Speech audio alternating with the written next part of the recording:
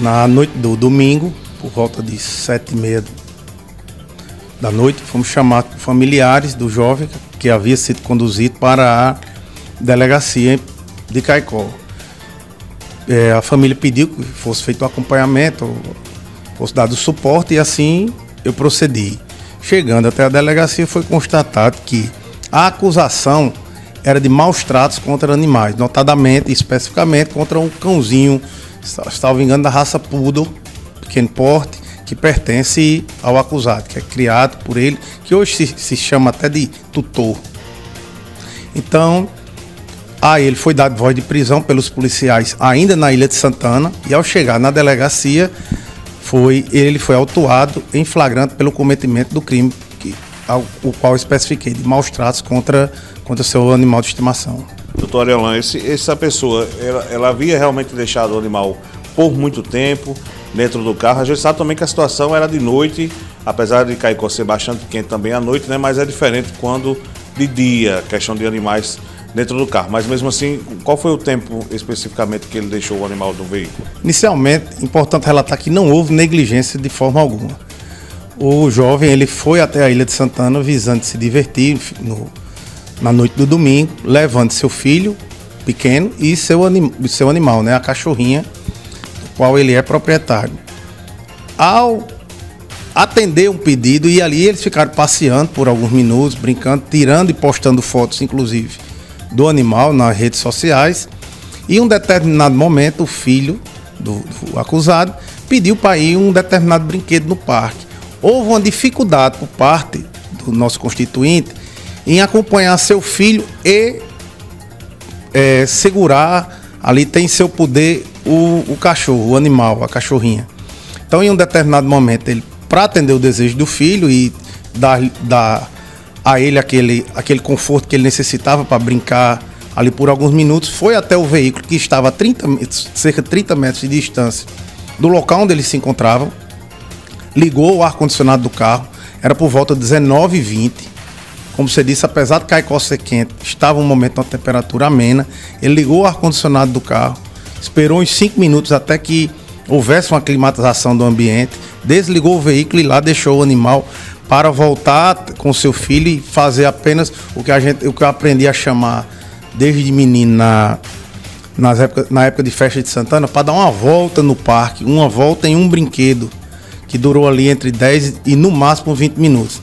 E ao concluir esse procedimento, ele retornou ao seu veículo e, ao lá chegar, para sua surpresa, se deparou-se com um sem número de pessoas e policiais cercando o veículo e toda aquela celeuma que se formou.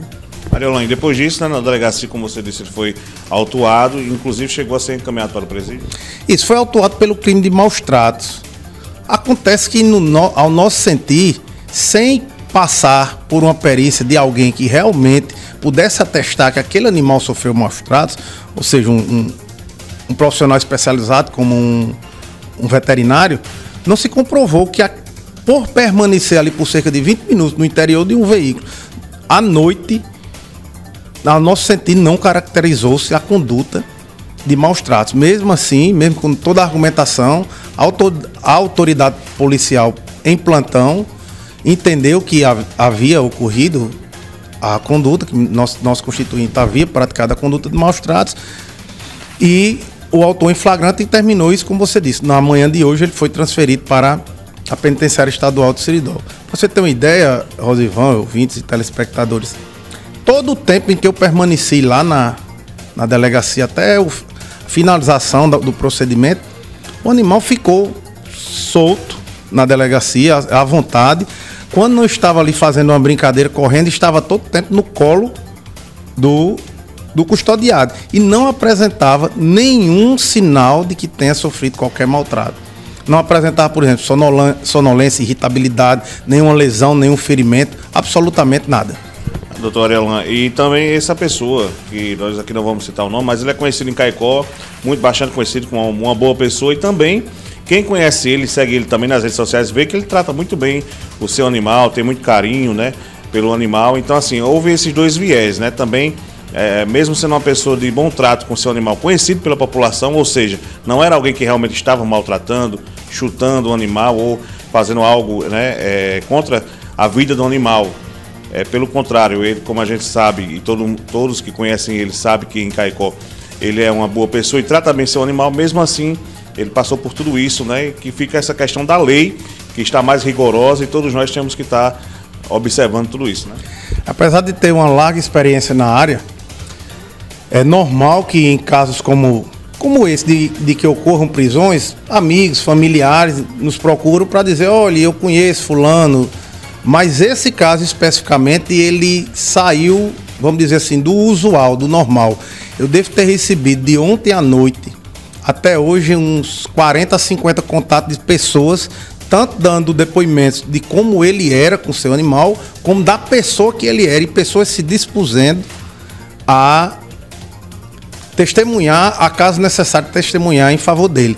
Eu relatei mais cedo a um outro veículo de imprensa da desproporção que é num caso como esse, e citei como exemplo, é óbvio que cada caso seria um caso, mas se a notícia não fosse que ele deixou o animal por 20 minutos dentro do veículo e foi preso e autuado em flagrante por maus tratos, que pode vir a ser condenado a uma pena de até 5 anos de prisão, se a notícia fosse diferente, que ele esqueceu o filho dele durante o dia e o filho dele tivesse vindo a falecer, tivesse ido a óbito, a pena máxima que seria combinada por esse ato seria de no máximo 3 anos de prisão, e muito provavelmente ele se beneficiaria de um instituto que é o perdão judicial, onde o juiz, entendendo que aquela dor para aquele pai foi tão forte que uma outra pena seria desnecessária, então lhe seria aplicado o perdão judicial. Ele não seria autuado em flagrante e muito provavelmente não cumpriria um único dia de pena. Então eu entendo pela desproporção entre uma vida humana e uma vida de um animal. Porque, e veja mais, no caso que eu comento, não houve, ao nosso sentir, e é claro para qualquer um, que aquele animal que ontem estava lá na delegacia, correndo e brincando, não sofreu nenhum tipo de maltrato. Doutor Ariel, o que a defesa vai fazer para o seu cliente, né?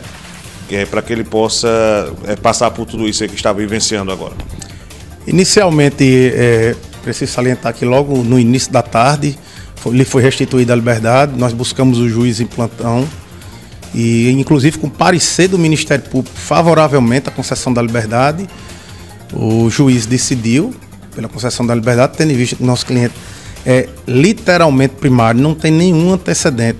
Ele nunca havia estado em uma delegacia nem para registrar um BO de perda de documentos. Então, lhe foi restituída a liberdade, tem emprego, residência fixa, pessoa do bem, e agora vai ser acompanhado durante a instrução do processo. Ele permanecerá em liberdade e vamos provar dentro dos autos, tecnicamente, de que aquele animal não sofreu nenhum tipo de dano e por isso, nenhum tipo de maltrato, e por isso ele não praticou, o nosso cliente não praticou a conduta descrita lá na lei, no artigo 32 da lei que protege os animais.